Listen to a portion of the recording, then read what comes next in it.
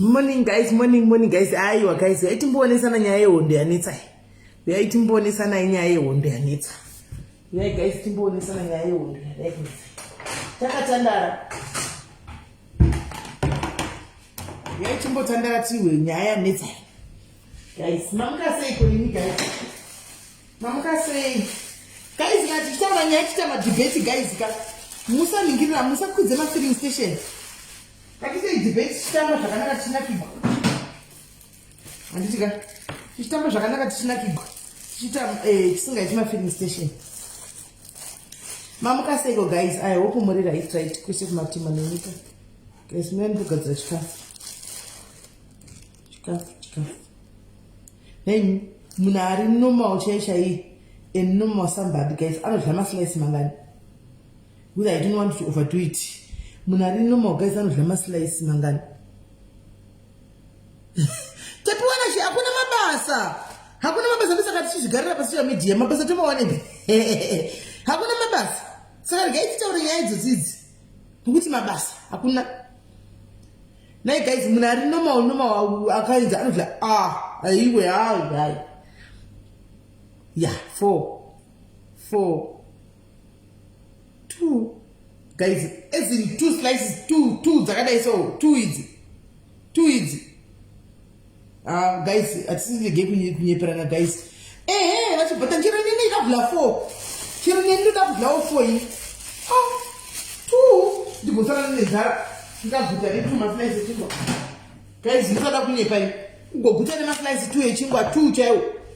Kana. La 4 yi.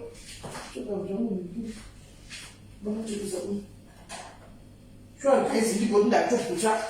Yakucha nekudla ndikiri. Nekudla uyu. Ukudla 2 slices guys. Inizo munjai kana mukudona. Munga kada ndikasasira nchigwava nenzara. Ndakura nchigwava nenzara guys. Ndikasakura nchigwava nenzara munhu mukuru akaita seni kudai so. Guys, munhu wakakura kudai so kukura kudai kuita usho kudai ndo ndatu. Guys, ndikasara ndingofa nenzara. Ndikasara ndichitokaura nenzara zviti. 2. Guys, pamwe saka ndisingaondi zvekumanya ndodlai. Ndozvidlira. Hanzi makeup iri pinas. Makeup handinamboita makeup ndoita makeup ndichibuda kana ndiri pamba ndimboita makeup. Handiti makeup ndoita makeup kana ndichibuda ndiri pamba ndite makeup. Kwadzina ndizvichingo. Guys, zvokuti brown bread zvaina kubrown handitodi kana kuiona nditoifarira zvachose brown. Handitoifariri brown bread kana kutoifarira zvachose. Brown bread ndotoda white ndobva ndati masijarini akawanda. Ndobva ndati masai yacho paside ndobva ndati bacon yacho paside. How? Yes. Hands defending for depending. Exactly. Ndofraya masai apa ne bacon. Zvetu wasela ndakenge nyepera ndamuda kumbura necharayi. Azvigona zvetu. Zvakachani. Zvigona zvetu wasela. Zvigona. Right. Mascara mamukaseko guys, too much plus beans. 4. Hanzi majari napera. Apera majari ndakutovhura mamwe ndanchikwengura yanga apera. Ndangapera saka ndakutovhura mamwe. Aya ndakutovhura mamwe. Aya apera. Chika. Mchina. Hanzi I'm eating beans and chicken is finished exercising. Zvako nimi guys, why guys? Ndinomukira makuseni kuenda kujima nditi. Ndoenda kujimu mai mwana ndorova good 1 hour rangu ndirimo mujimu mami. And because instructor wangu ndo hanza mshandisa andishandisa iyo low fat iyo ndo yandoshandisa iyo yakanzi delight. Ndo instructor Monday, Wednesday ne Friday ndo panenge kuna instructor nditi. Pamwe pose apa nenchita ndoga. Saka 1 hour yangu ndirimo mujimu guys. Ndodzoka ko ndakarembera neshara mai mwana. Ndakarembera dumbu yaningo chokodukira mvura. Hanzi kokotai kabaira nesaizi chingwa aiwa taizvita kuZimbabwe chaiko zvina ndichakokoti atichakokoti taizvita kuZimbabwe kokoti gaba kuZimbabwe ndaitodaiwo nechigumwe ndaitopinza chigumo ndokokota kudai ndonamira pachingwa kuno kwatiti izvozvo sha majarina adhurai kuda katiwa mazeri nani tachia haisi 30 something rand kana 40 zigaba rose mutwa ituye kumusha guys zigaba rose iri mukuru 30 something rand 35 rand zigaba iri rose riziwani kg ramajarini iri do mutwa itudzoke kumusha ndozori wane pi kumusha kuzigaba redindikiri tongo yatovhota todzoka kuno toyatovhota todzoka kuno zigaba rose iri rose guys 35 rand iri isai kumadhora mono zigaba iri mani Mjai chauya sichamungu. Hayo kana guys. Mungu kumusha chako cha mai mwana. Kutonika kutenga zvino zvinhu zvisina basa rese hazvitengeki mai mwana.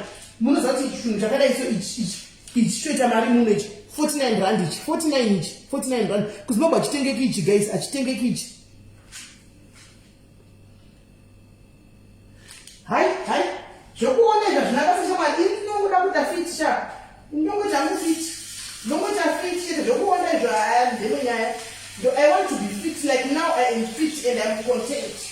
Very fit, you cannot put it on top of my room because you know that. Don't see my guy, very for once, never a problem. There's a problem, a big enough face, and you know, pay out to me. How come? It's about the plan. Mukadzi ngaite ozviboda sana mukadzi ngaite ozviboda mukadzi ngaite onyama wedwe mukadzi ngaite onyama kunsana ndakapera guys ndisina kana chi ndura ukambuzuma tapiwana shekumanyonda ikoko kumushekoko mukadzi ite ozviboda ite onyama guys mukadzi ndibve ndapera ndikiri mahipsosa yaikwisira anobva apera ikwisira neuye acho dzekwisira zvobva zvapera usara wanongoti kana guys nangu regai ndakadai guys as long as bhonzo rangu rakasimba chete hanzi mazano mukubloka iri handisi kubloka ini mazano brown nda kuda kunovadana maghost kuti vawe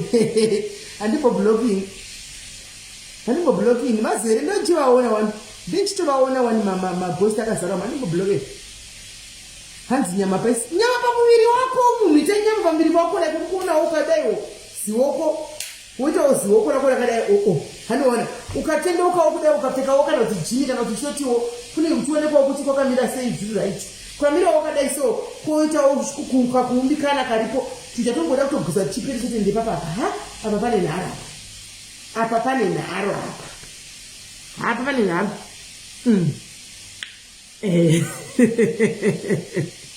fitness zvakuletu hayi zvokuti vakudi fitness ndeyandoda vokuti ukanditanga izvozvi kudai so totopedzerana. Right guys, inzwaika regai yanzi tipe nyaya tinzwe memo kana uri kumbasa chamwari ndakubasa tichingotandara ichi mumwete sitorina kana nyaya hanzi dress ndira kudhara handichisina ndakambomatengesa handichinai ndera kudhara handichina ndine mamwewo andinawo rega ndikutaridza andinawo acho anozoona ndapfeka ndichazopfeka ndokutaridza ndondi kana ndakabata hanya kubuda kuonekera zvakanaka.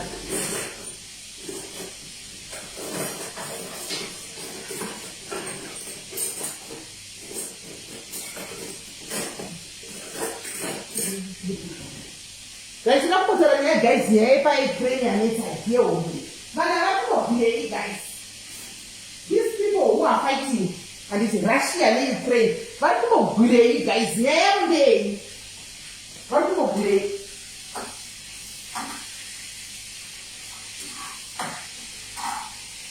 But you know, great guys, here only. You don't have to wait for me. Here only.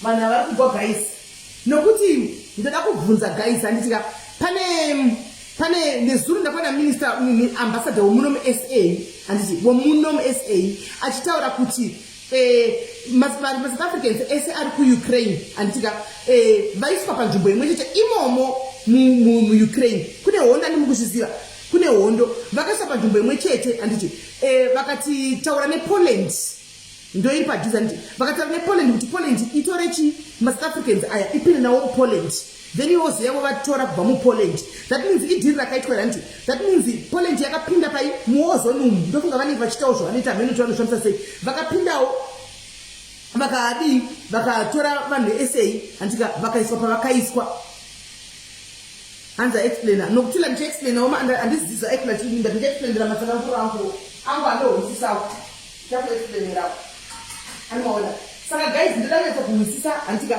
saka ku Zimbabwe uko. Antika ku Zimbabwe.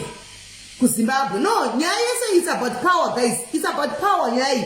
It's about power. Mina ndikusana ngurirewo zvandabata inini zvandahwisisawo panyaya iyi zvandandichitsvakawo ndichihwisisawo panyaya iyi.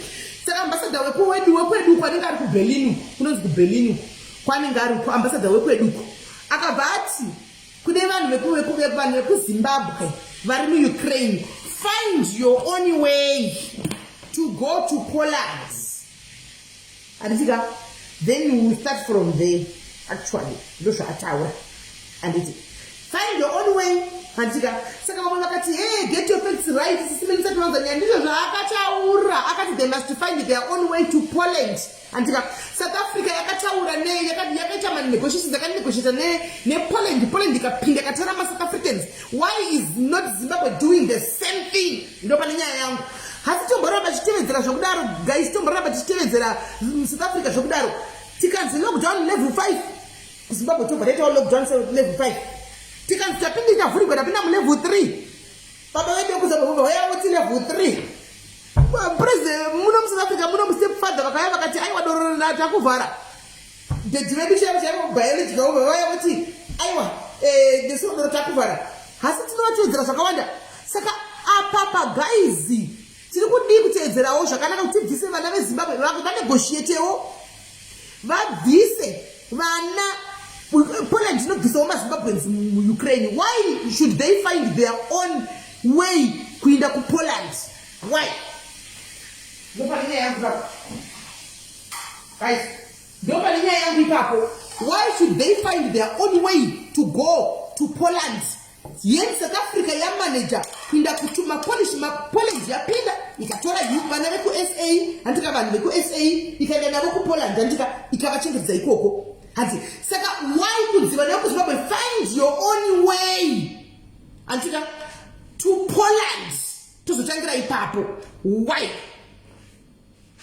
Guys, nokuti ndamboka ndaita chipostika ndichida kuona indoka ndandida kuti mugare muchitaura ndaisa chiposti changu ndikachida kuona nachikwengurana mucomment section ndokugona kana posti kandosiya zvakadaro ndobira kure ndichiona kuti mukunyora tichi umakati simeni get your facts right musati makutaura zvakachizo. Guys, tiri kutotaura chokwadi musati makanga maplus futi zvekuvhota vakutovhara kuvhota kwakubva kwamanje manje pamusa 28 garai mavhota anosati wavhota ndiri kunoregister. But why vana vekuZimbabwe should find their own way to go muhondo imomo? Mwana wechikoro anofind their own way yake sei? Mwana wechikoro anofind a way, mwana wechikoro ari kubva kuUkraine anofind a way yakachinepi kupi anodii iwo zoni. Guys, kukufiwa mabomba missiles ari kukandwa. Guys, konzi find your own way to Poland tizoku kana vave kuri safe uko ndoko zoda kupindira ambassador negovernment yeZimbabwe. Handiti umu muri kupisa umu muhoti zonu ininiwo zvamukamba musina kubva hondo ndonzi tsvaga way yako unopinda kamani ndo pane nyaya yangu ipapo. That's why my story is nanimbobika masai handi mati munhu akakwana zvavazai 5 ari 1 hando zvamataura tumazai 5 ari 1 ndo pane nyaya yangu guys papo. Why ipapo ndipindure ipapo kunyaa vangataura muconversation simeni wati ndauya manje chindipindura iwo kuti mhisani yachionesanei nemhakayei. South Africa yabudirira 1 hatika yabudirira 1 kuti mapolisha apinde anotakura vana vapinde navo muPoland. Handiti ko Zimbabwe, why are you not doing the same? Kune vana vari kuPoland vari kuUkraine vakawanda vari kudzidza uko. Handiti anozorendo madhokta anodzira mangwana kuZimbabwe. Kune vana vakawanda vari kuPoland vari kudzidza uko anondo manera mangwana chachimirira katapara mhosva. Handiti but kana zvakanaka tinoda kuti ngava kana zvakanaka ndiko tinoda kuvanunura kana padai so ndoko tinokuona kuti government yedu what are you doing up ndoko tinoda kuona kuti government yedu what are you doing kuti museve vana since you care very much government yedu and since you want our votes zvekudaro hanzi gogo vane ukasha Melissa una mbuya vane swagiseniwe una gogo vane swagiseniwe kuda gogo kachamisa ndandotini ndikati ungati gogo kasikana yakaita seni nyakasikana yakaita seni kudai. Unaona government yeZimbabwe guys claims to love us very much. And government yeZimbabwe inotipromisa zvinhu inoti tichakuitai zvakati atidi kuitirwa zvinhu ngavachitadza example apa ndio patida kuona example apa inde munonunura vana muhondo inde munotora vanhu muhondo moyana vari sefu toya nemavhotsi inde munotora vanhu toya nemavhotsi edu neuwandi hwedu tinouya inde munotora vana inde munotora vana muye navo vana tizive kuti zviri kuita nokuti hamungati tichise mavhotsi tichakune vana vari kutoningirira vari kutopa izvo zvikaita imagine guys vana ava ma3000 mapiyani havaizivi hondo havaizivi isusu chenge takazvobva hondo yapera tomoizivi isu hondo takazvobva hondo yapera hatiizivi hondo vana havaizivi wesi kuchidonha mazimisa wakadaro kuchidonha mai mwana vanhu sei imo imaginari mwana kwari kufila sei anenge achifila sei motamba imi guys anenge achiwa sei pamwe zvanina kubomba pamwe pakuchina kana magetsi vakabomba matambo emagetsi maporo and everything mwana kana maybe community chinja yanenge asitorina kana nevabereki vake kuZimbabwe hanimonona munoti vana vanenge vachiwaseya ndoda kuti tionesane ipapo mwana ma2000 avaizivi hondo kwavari right now nemidimbu nemudumbu cheteka vakatoita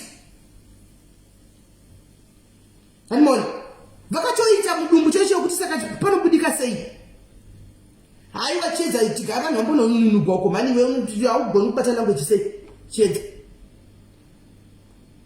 tiri kuda kunge munotora vana ngavainge vanotogwa vambouya first then tosvitengerawo ipapo hanzi kwaari ari safe we thank god shanti we thank god shanti kana wekwenyu ari safe but I would like to believe tine vamwe vana vasiriwo safe hanimona kunzvimbo imomo muUkrainewo vasiri saka mimimi ambassador imimi zvokuti kwanzeye vana ngavaite find their own way hakuna imimi find a way yekutaurawo nePoland ipinde itaurawo neUkraine yacho ipinde inotakura vana yovaisa muPoland handiti guys kana kune vana vari kuUkraine vari kuona live vakwanisa kuti hameno kana magona kuzopinda muPoland kune vana vekuPoland pana pamadiaries handitika andibata akati kana paine madhiaries vana vanenge vagona kupinda muPoland mundibate inini ndokulinga ina vanzi tinokubatsirana tinokupai accommodation mogara kusvikira pazoitikawo zvinenge zvazoitikawo hanimona saka kana mabudirira please ndibatei ndinokubasanganisa nevana vari kuPoland kwai tinokupai accommodation mogara madhiaries ndo panonyanza kuti vana ava kavo madhiaries zveshuwa ndo chinonzi madhiaries zveshuwa handitimaona hatiti zvokuti kwai each man for himself birthrights panguva yakadai tinomira pamwe chete hanimona vana vatouya ende vana vakare padhiaries tichitanga dhiaries takatanga navo vana vari kuchikoro kuPoland vatomhanya kasisimeni taona post yamaisa kana varipo vanenge vabudira please ngavao tibatei tivapa accommodation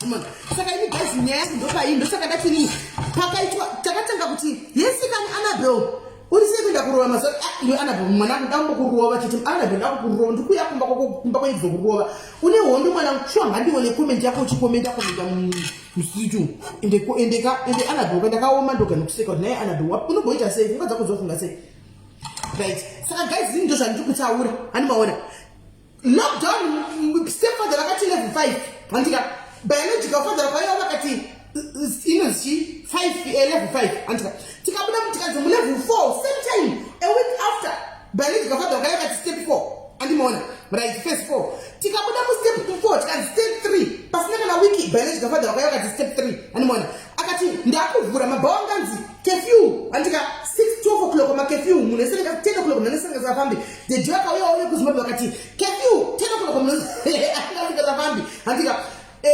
stepfather akazoti ndakuvhara mabhawa achavharwa nefodya handika stepfather the dead original vakaiva vakati mabhawa unlimited ari kutovharwa handika hakuna bhawa ari kushanda vakadaro antimazviona tikanzi chinenge chivhurwa zvichingoenda zvakadai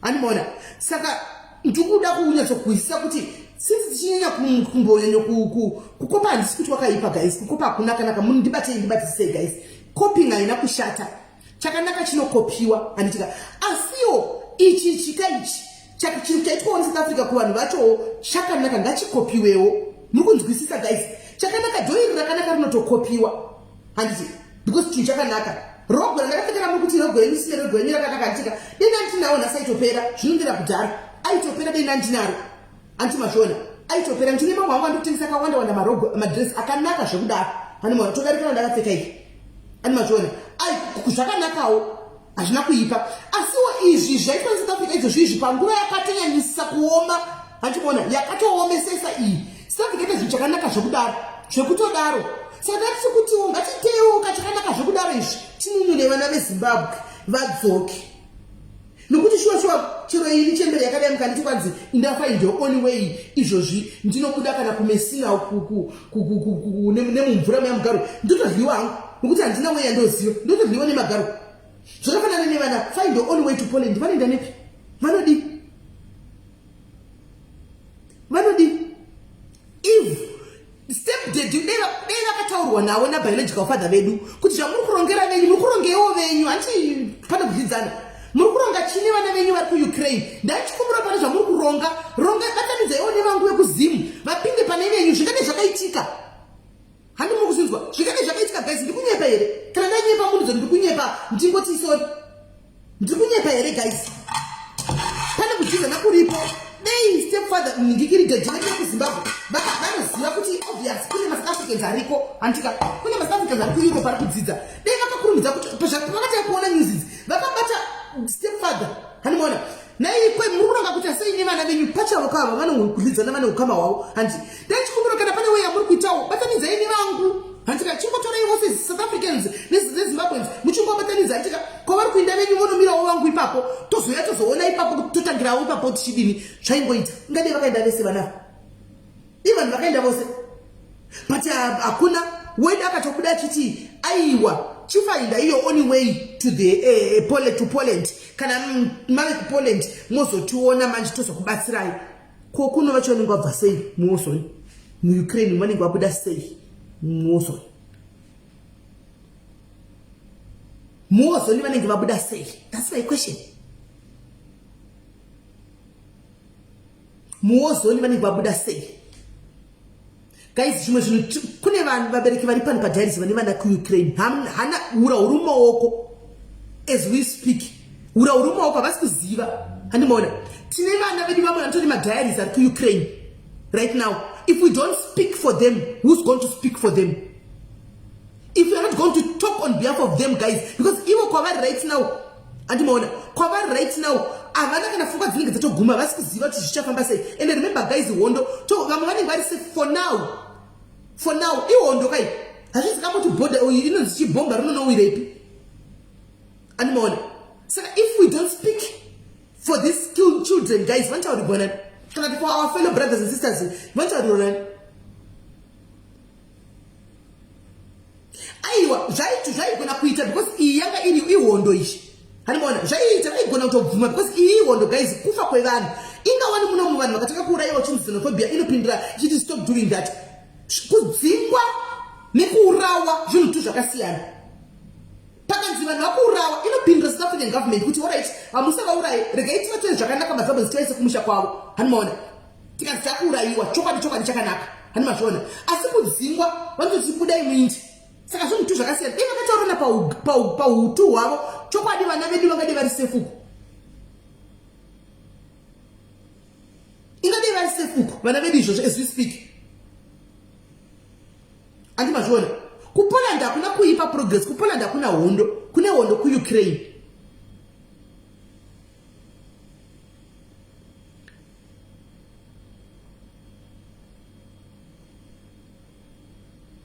hanzi vari kubviswa ini tisigone news ndadziona kana vatakabviswa kudai vazotanga kubviswa manje saka nezuro paakabuda ambassador achiti kwai find your own way kana uchiti kwai mafambers ari kubviswa airevei because ndizvona zvinhu zvandaona panews kai ndizvo zvandakaona panews ini nezuro manheru handi kana nhasi nezuro paakabuda achitanzi find your own way to Poland ari kurevei kana nhasi akuvabvisa airevei nezuro kana azivabvisa nhasi aiwa bva zvakanaka chose tinotenda chose kana azivabvisa nhasi hanzi vatotumirwa flight vari kubviswa saka thank you ndozvakati chingoda that's exactly what we were looking for mission accomplished kana ndege iri kunzi yazvo pai kuri kunzi kwatumirwa ndege handimaona kuenda kunovabvisamo ndo zvataida from the way to go ndozvo zvokuti kwai find your own way to Poland ndozvakairamba find your own way to Poland ndiyo atairamba zvokunzi kwaenda ndege nawo ndezvatiri kubvuma ndege ngainenotora vanhu vekuzimbabwe vadzoke ani mukuzisa zvokunzi find your own way ndezvataijamuka izvozvo kana muri kutaura chokwadi kuti kwazoita ndege yanzi yazosumudzwa iko zvino yaenda kunotora vanhu ndo zvatatichina mission accomplished vanenge vadzi kukumba vari safe tataramba find your own way ndo yatanga taramba find your own way ndiyo yatanga tajamuka inini hangu ndiyo nanda jamuka find your own way kuti find your own way kupi wati vanopinda nepai vanodii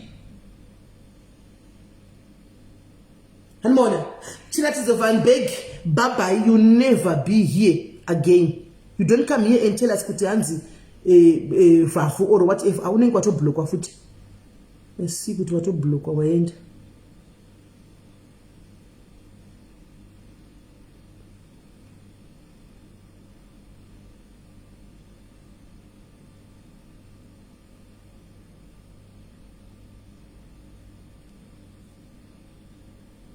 right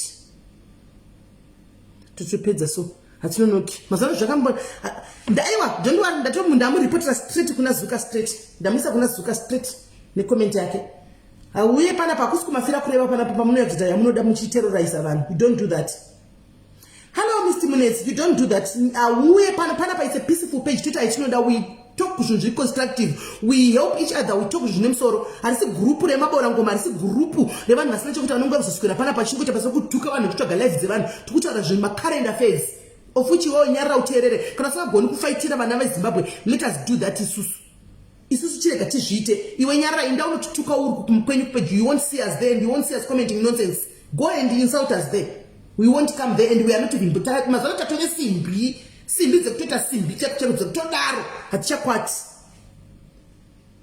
amona hanzi Eddie Bronson ndiye aisa handina mbosa filter ini filter kade mchona madzura chikuda kane kara filter handina mbosa filter ini it's original inzwai guys kana inonzi kana anonzani Eddie Bronson atumira ningirikiri atumira mandege aiwa tinotenda maite you prophets Eddie Bronson tinokutendai thank you very much ndozvotanga tichingoda ndisi kuUkraine guys ndiri kuno South Africa muna musati mava neundu ndandichitotaurawo on feel of my beloved children my beloved brothers and sisters variko kuti guys if we don't talk about these things pa social media handika vana inofa yakaloda hanimaona ndozvandongodira diary tinouya pana todzivhuruvhuta inofamba iyo live yenchaiona yava kumablog ako zvinosvika kwazvofa kusvika saka hanzi mission accomplished Zimbabwe zaenda kunotogwa tinotenda guys vaisirewo malavu nemalikes Prophet Bronson vaisirewo malavu nemalikes guys vaisirewo malavu nemalikes magonesa nokuti denda ndine mariwo guys nendege shuwa denda katotumirawo ndege yangu kunotora vanhu kana ndichidenda iziva channel yacho zvino handinawo chauviri ndingoriwo munhu asi chandina chomuromo indongori nemuromo kuti ndokwasangotaura pano ndataura panapa ndine timu rangu remadiaries rinongomira neni toita noise zvinhu zvogadzika kumberi social media tundi guys bvumai rambai kana kuti bvumaika yagadzisa zvinhu zvakawanda iko kumusoro ikoko iri kugadzisa zvakawanda kumusoro ikoko iri kugadzirisa anomaona saka tinongotaurawo tiri pano isu titaura tiri pano kudai so ivo vodi vogadzirisa voona kuti kwaita noise kwezvakati tadi kuchinja strategy vochinja hanzi verengai makomeni smell okay hanzi ndege kutora from Poland saka zvotoziva chii tozivei izvi tozivei kana kwakunzi vari kutoka from aiwa ngoma raise but South Africa Poland yakapinda ikatora vane maessay South Africans nezuro pa news I was listening yakapinda ikakusenzesa kuisa agreement yavangwatsana dedira maposa vakatora South Africans ese vakavaisa ku place of safety ku Poland ndizvatiri kutaura pana pati ndozvingade zvakaitika from the way to go sorry yeni mukoma wangu mukoma ndozvati muri webato rimwe vanoona muri webato rimwe but mungori mafollow anditika seso asi upatitaona chakaipa sisi totoshitawo handiti South Africa yakagona kuzviita since tichimbogorotedzera South Africa zvinhu zvakawanda wanda ipapa vakadi kungoti vaitawo the same thing nhasi kusati kwanzi no zoni what vakadi kungoitawo the same thing vana vakatogwa vakaviswawo kunzvimbo iri safe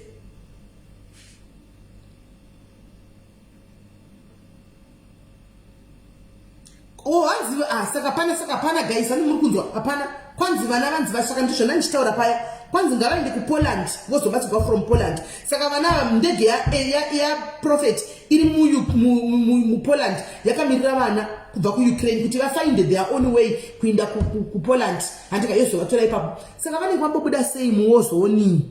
Ndadzoka futi. Ndadzoka. Vanenge vambobuda sei muwozoni. Ndo pane nyaya yangu guys. Vanenge vambobuda sei muwozoni. Ndo pane nyaya yangu.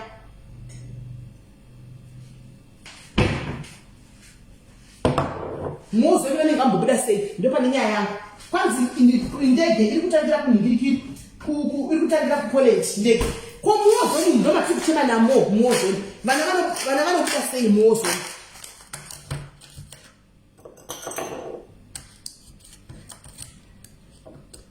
Aiwa Ethi aiwa kana vakataura government zikataura napachadzo anditi apapo nditi ihondo kai apanite zvokuti proper documentation ihondo kana government zikataura navari tu apanite zvema proper document ihondo iyi is an emergency vanotobuda whether ungasina kana bepa rekutogaramo zvachose animona unotobuda nokuti ihondo is an emergency.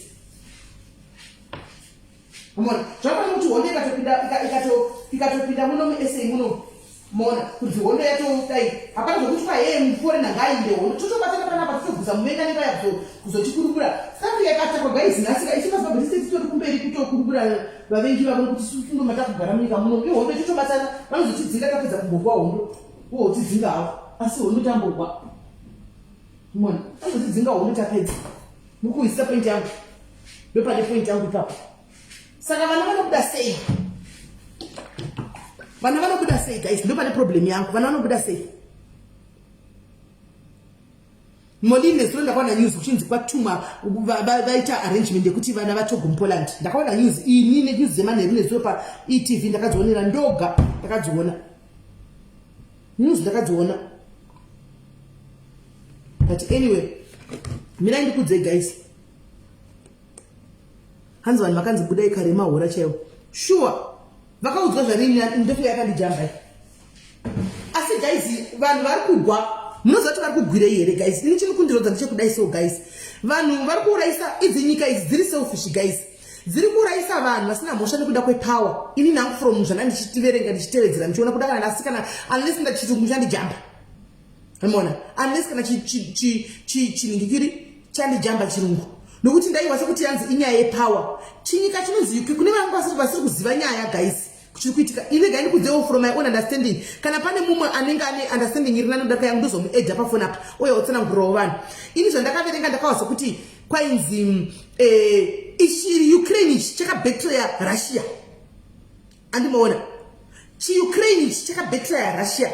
Ukraine inonzi payaka yakasunungurwa payaine nehondo dzayo kudhara mawowowa handimaona yakasunungurwa neRussia ndo yakasunungura cheUkraine. Saka vasunungura yasipedzera kusunungurwa kudaro handi ndobva vaita agreement neRussia neUkraine kuti haifanira kujoina inonzi moza zvakafanana kunge vana SADC inonzi NATO yekuAmerica uko handimaona Ukraine ichafanira kujoina NATO handimaona inofanirwa kujoina yamene yo yavo dzikudichi handizika pari kubvunza vanenge vachiti NATO chi sezvinoita vana SADC zvekunoti tine SADC countries tine koko kuna naAmerica kuna na NATO handimaona jiki Ukraine yakuenda kunobatana yakunojoina NATO ndo zvagwadza Russia izvi hani muri kuona inyaya yekupanana yemapowers apa guys ndo nyaya iripo ndo zvagwadza Russia handi kuti takaita agreement tikakusunungura handi wakuenda kunobatana agreement yawati wapusa chirangano handi mazviona. Saka nokuti kana abatana neNATO right now kunzo kufunga kuona kwangu ndoita ndofunga America inogona kuuya anditi yotoisa kana chibase chayo muUkraine because vanowirirana ka anditi yesa chibase chayo yogona kutanga kutodi kutobomba kana kutonetsana kana neRussia padhuze napadhuze ozvino Russia ndo zvairi kuramba handimaona Russia ndo zvairi kuramba Russia kuti aiwa takakununyura tisu saka ukwazoenda ndo nyaya ingoripo handisimaona. Saka ndo nyaya kuraisa vanhu nekuti vahwana nemapowers avo zvisinei nepovo ndo zvakuiraisa vanhu nemhaka yei vari kugwira chinyika chinonzi Ukraine ichi handimaona chinyika chinonzi Ukraine chinonzi chine nhingirikiri chine oil yekutodaro hanzi chiri very healthy zvokudaro panyaya dzeoils hanzi chine upfumi hweoil zvandandichiona ini chinzanzi kwai chine upfumi anditi. So chine mercury, kwa chine mercury, chine oil, chine ameno ma natural resources, ameno kuti zviri kufamba sei. Animaona.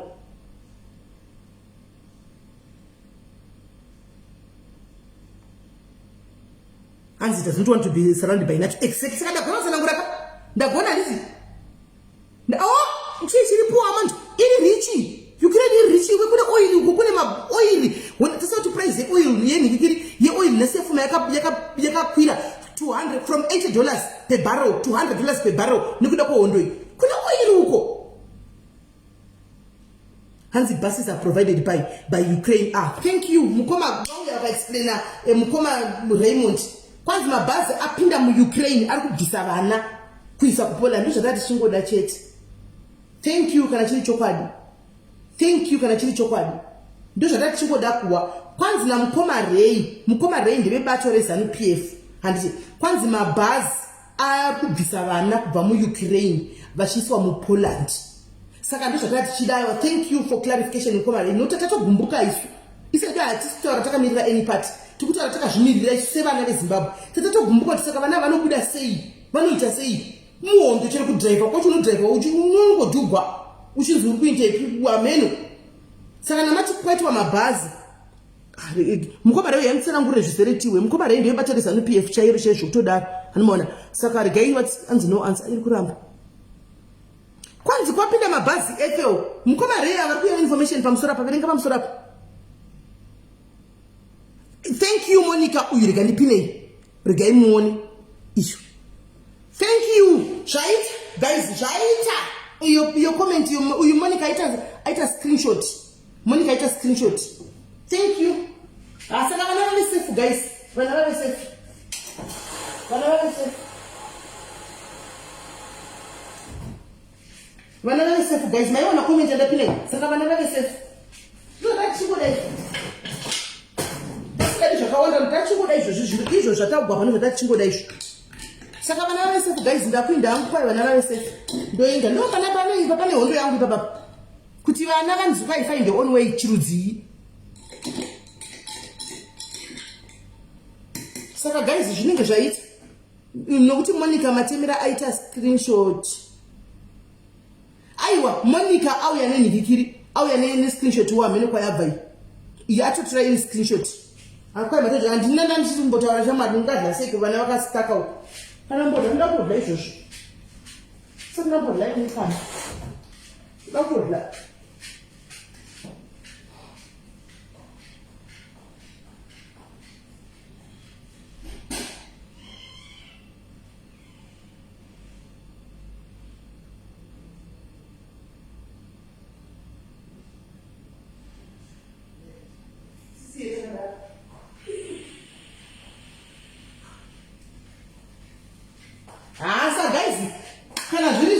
Zveshuwa vanhu vaunganidzwa kuti vachinotogwa saka indafara guys ndakuchinda hangu ndochinda tochinda munchingozoonawo news guys mukaonawo news dzimwewo mondipawo guys padiaries panapa isusu tinotoita zvinhu zviripo zvokuti tinunure vamwe andika tinotonunura vamwe vedu guys kana matongonzwa kuti zvakamira zvakadai weather papi isusu hatisi peji rine ruvengo tiri peji rine rudo. We are trying to bring out the goodness and positivity of us Zimbabweans because we are it's everywhere and it's everybody talks about Zimbabweans but we are very evil, we are toxic, and it's true.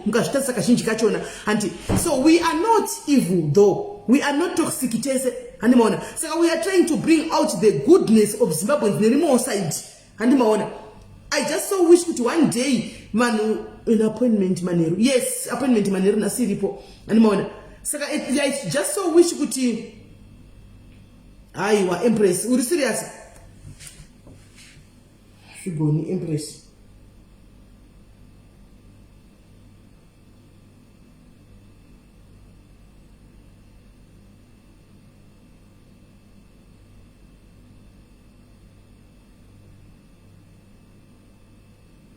Empress asi ndiwe boka jambani computer mwese wakafonegwa wani mwese wakafonegwa asi ndiwe oga Mira ndikufonera ndapedza ndigovumira ndikufonera pedza ndikued pamwe wese wakafanirwa sindiwo woga hanzi dedi ari kutichiwo step dedi vakutaura alright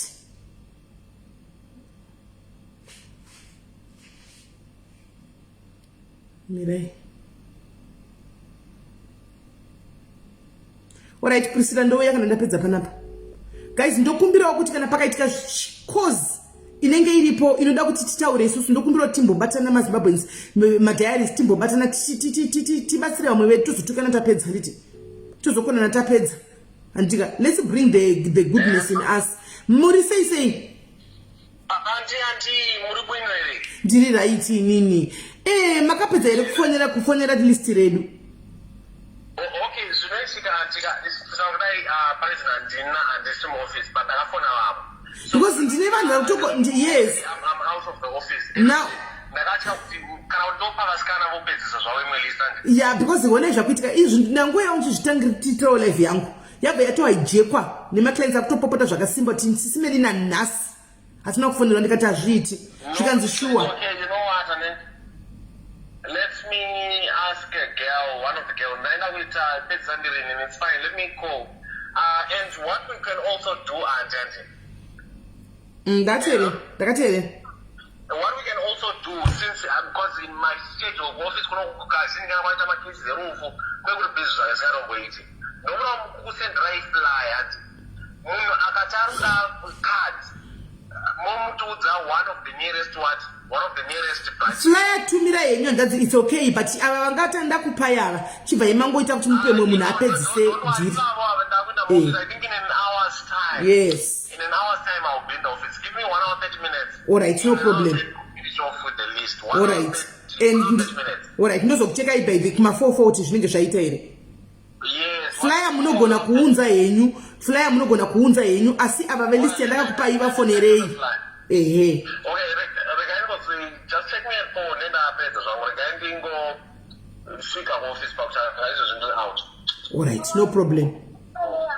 alright right ndichaita follow up kuma 4 ina handitoiti zvekutamba kagais ndizvo zvandakati ndinototeverera handitoiti ndinotomira saka kuma 4 o'clock ndee ndichiita futi yani mandiwo akanchifona kuma 4 o'clock ndinenge ndichitektek zvakare saka imi mugwana dzakuenda kuma to 4 tikuda kubhadhara ai empress uri kubhadhara kaiwe mira empress wona iwewe pauri iwewe empress ka foni yangu yakadhilita mira to yakadhilita zvese macontacts zvese deleted mira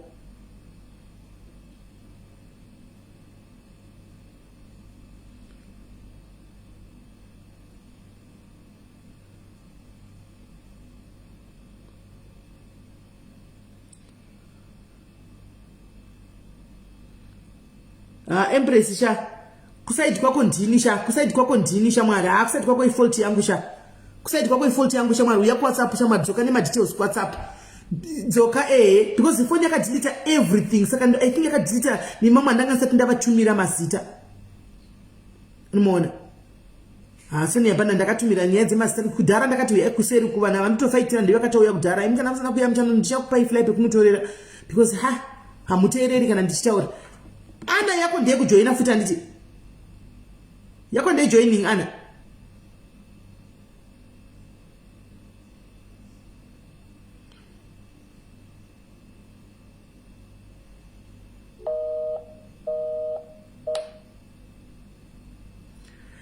vemakadhi ndio pana ndichifona apa mandinzwa wandichifona there's no need kuti mudzokorodza kuti ini ndakazodai ndikazidai vemakadhi kana ukandipa namba manzwa ndichifona anditi manzwa ndichifona vemakadhi hanzi brother yake istaki regai tichange tanzwa ndikuri kunzwa ikwaindiswa mabhazi mirai tichange taona mirai tichange kunzwa kurukuru to arrangements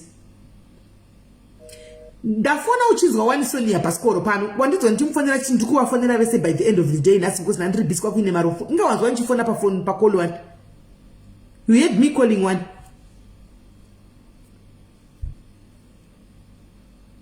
eitinzwe ndotoda ushu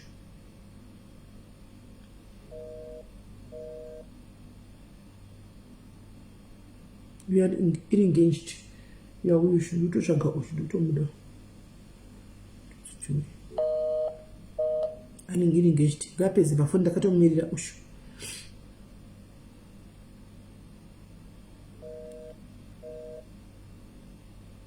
Hanzi ari pastation ipi handisi kuziva ndangonawo mucomment section hanzi pin number yaambassador iri pin number yacho yaambassador yoyo ndipe tipine tigona kuvafonera vamboya panapa vatitsanangurire kuti zviri kufamba sei kuti kwai vananga vatsvage weyo kuenda kunhingikiri kupole inoenda nekupi togona kuvafonera kafuti tinyatso kuvabvunza ivo ambassador vachona because simazano tinongofona hatina kana pressure.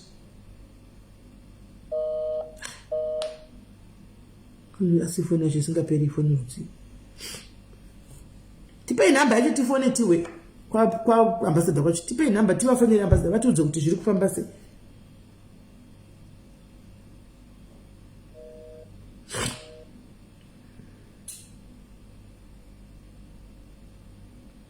Guys, ndikutsvaka kufone bata munhu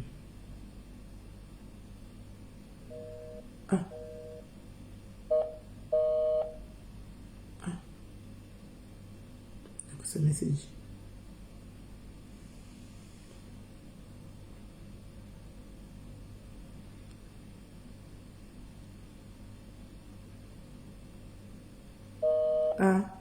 Alright. Listen, but as my brother is there, sometimes about 70 of them seems no one knows about them. You see what I'm talking about? You see what you'll be commenting. You see what I'm talking about guys issue. You see what I'm talking about? Like I told you, I've dance kune vadi amene like I told you by swaro vira kana ndiani ncho yapa life manero kana pasina chance chaita improve totodzoka kuita noise pano kupana ndo pa base redu kapana pano pedu pa base redu patogwa hondo dzedu pano pa base pano I base ro riri ma missiles zero ri base ro rakatomira roga rakazvimirira rine ma missiles ose. Saka alright tanyaradzwa kana zuva ravira pasina any information amunenge manzwa topanodzoka pa life tombochichiridza futi andika tombochichiridza kusvika zvasvikawo zvinopa kuenda.